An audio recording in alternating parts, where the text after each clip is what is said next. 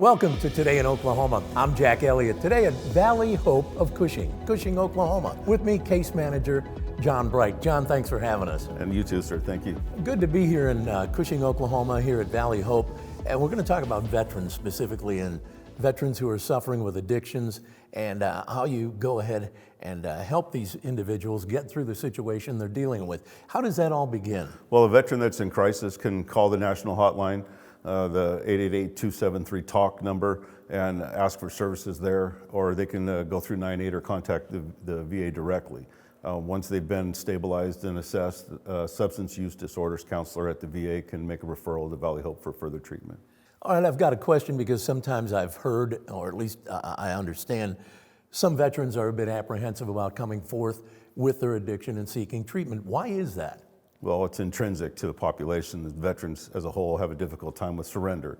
We're ingrained that we don't surrender, and so sometimes that's very important when it comes to admitting that you're powerless over the conditions in your life at the time, and that you have to put your flag up and say that you need help. So sometimes that's a little bit of a barrier. When a veteran comes to Valley Hope for treatment, what are some of the steps they go through? Well, first off, they would have to be referred coming through the Veterans Administration. Mm-hmm. If they're using marketplace insurance, they could be referred here on their own, but we would identify their veteran status when they get here. Just like any other patient in the process, they're given an education-based or therapeutic opportunities throughout their tenure here, their time here, and then of course, veterans are given an opportunity for some peer interaction on a weekly basis through small group sessions, and we recognize their service and we try to acknowledge that while they're here. That's what I was going to ask is if you have a group of veterans who maybe are also all going through treatment at the same time, that probably helps in terms of the interaction with each other. It does, sir. It takes them back to a place where they were very stable and gives them that opportunity to maintain that kind of fellowship and camaraderie that they once enjoyed in the service. And what is your specific role with the veterans?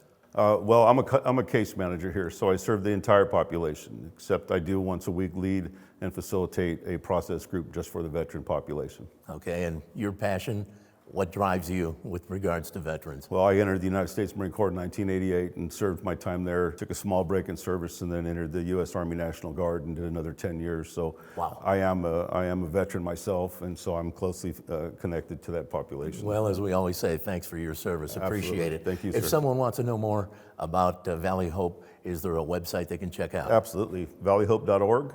And there is a veterans link on that site there, and you can scroll through and read a lot of information about Valley Hope. It's well represented. Valleyhope.org. John Bright, thank you so much for taking the time to visit with us. Thank you. Appreciate that. I'm Jack Elliott, and thank you for joining us on Today in Oklahoma.